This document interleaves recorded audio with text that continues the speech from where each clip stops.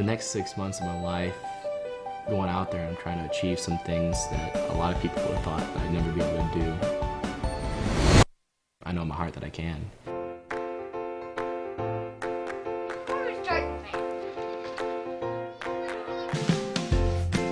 It became really normal, remarkable. He never stops trying. And then he won the starting spot his senior year, and he was for real. I was training for my first fight in mixed martial arts. Mixed martial arts is basically no holds barred competition. I was denied by the Georgia State Athletic and Entertainment Commission to go in and compete.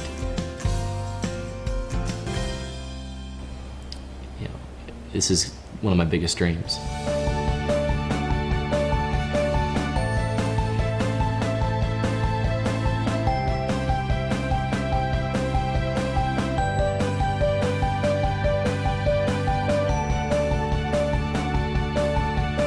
When other people are telling you that you are not good enough, that you cannot do something, that your dreams are too big, that is a lie. You have to go and decide that and confirm that in yourself, though, to believe that now. I mean, life is too short to go and let it slide by, to go and say that I'm just going to go and allow other people to go and dictate what I'm capable of doing. No, it was that first moment where I realized what I was doing mattered. It was worth something.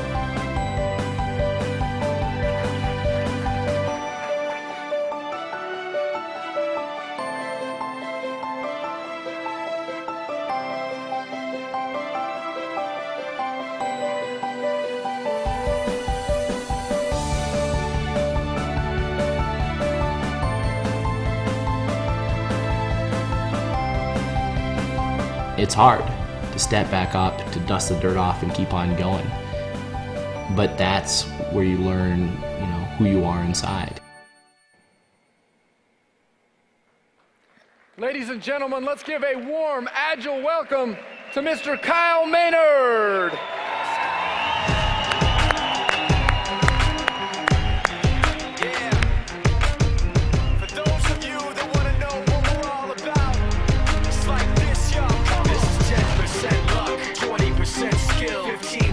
Concentrated power of will, 5% pleasure, 50% pain, 100% reason.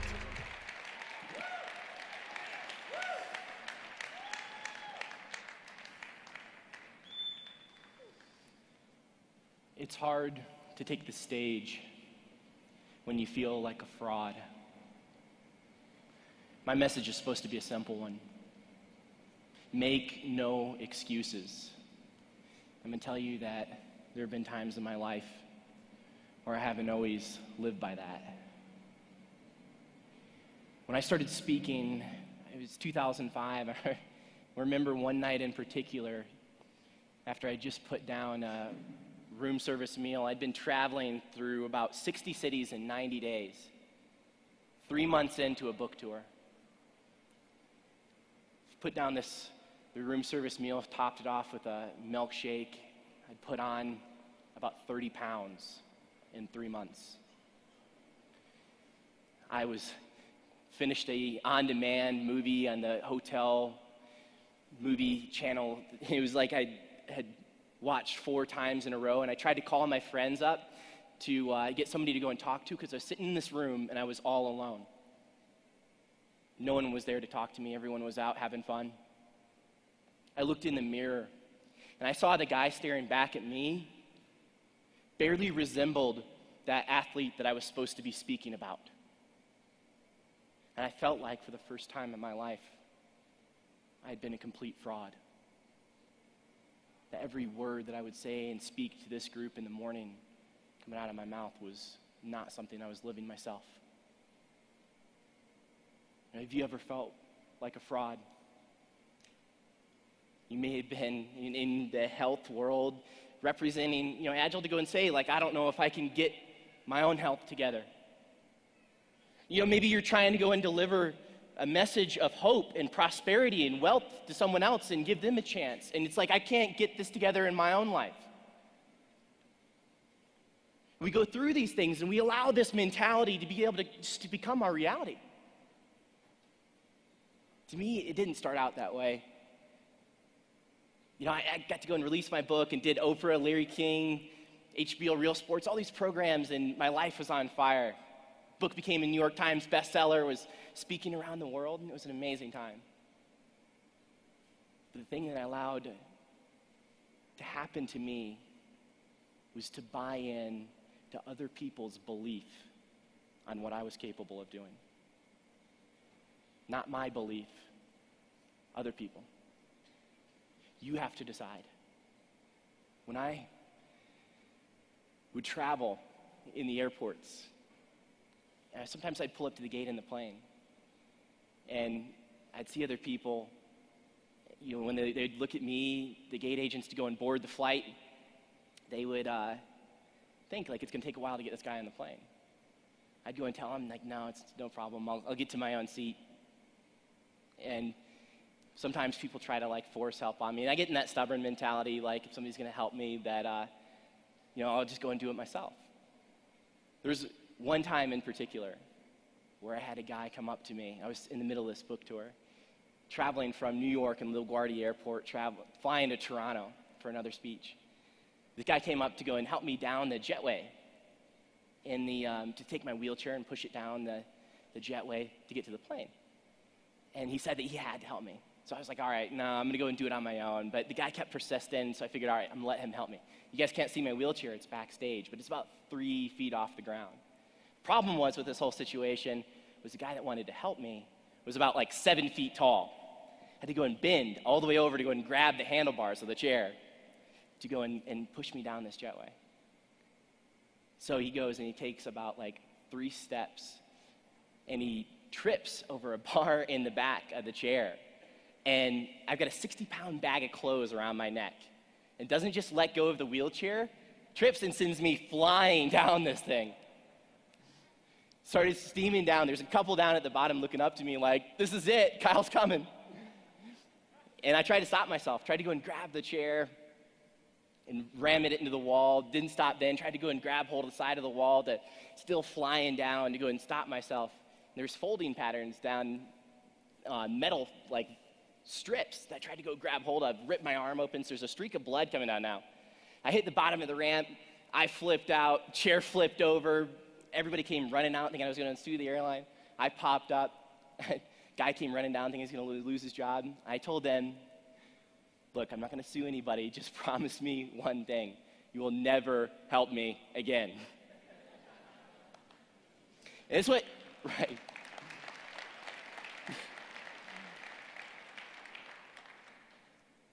To me, I have to go and remember that when other people see me for that first time, they might have 10,000 things going through their head as to what life would be like in my situation. You know, and it's their perceptions of things, the way that they see me and see life in my shoes. You might be wondering things like, anything from how would I eat, drive, type on a computer. I mean, for me, things are pretty normal. There's not many adaptations that I have in my life. I type about 50 words a minute on a normal keyboard without any adaptation, even though I don't like people knowing I can answer email right away. I drive a normal vehicle. I've got lifted up pedals, and the pedals are just extensions on there. It's a Durango that put the seat a little bit closer to the wheel and freak people out when I come through the drive-thru sometimes. And things are pretty normal. My townhouse is 3 stories, my bedroom's on the top floor. When other people look at me, though, they might think and wonder what life would be like in my shoes. And that's something that, you know, if they don't know me, they don't know my story, it's not my job to forcefully show them. You know, it's my job just to change their perceptions through what I can do. Other people, when they look at you, they might doubt. They might lack belief. They might go and take their lack of belief and they might put it on you to say that if I were in your shoes, I couldn't do it. People hold perceptions of things about what certain things mean. When they see me, they might see a guy without arms and legs, and they might think that that's the worst thing that ever happened to me. To me, that's the greatest gift I've ever been given. And it truly is a choice. The things that happen to us in our lives, sometimes they're out of our control. You know, for me, my attitude going in and speaking at that time when I was ready to go and give up and quit, like that was something that was absolutely within my control. I was making excuses.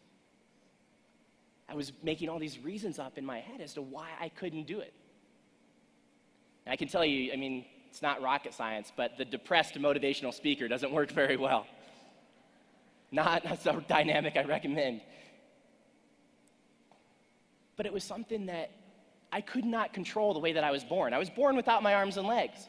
And my parents, when I was growing up, they treated me as completely normal. They did not focus on the things that were wrong.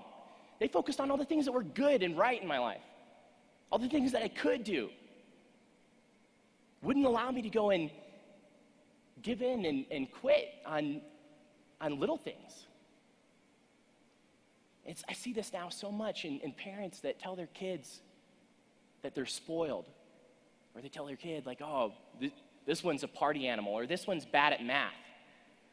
And we confirm that in our youth, in each other, by focusing on these things.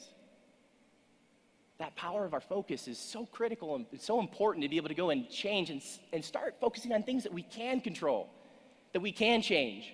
You have been hit with challenges this year. Major challenges. Been hit with change in leadership.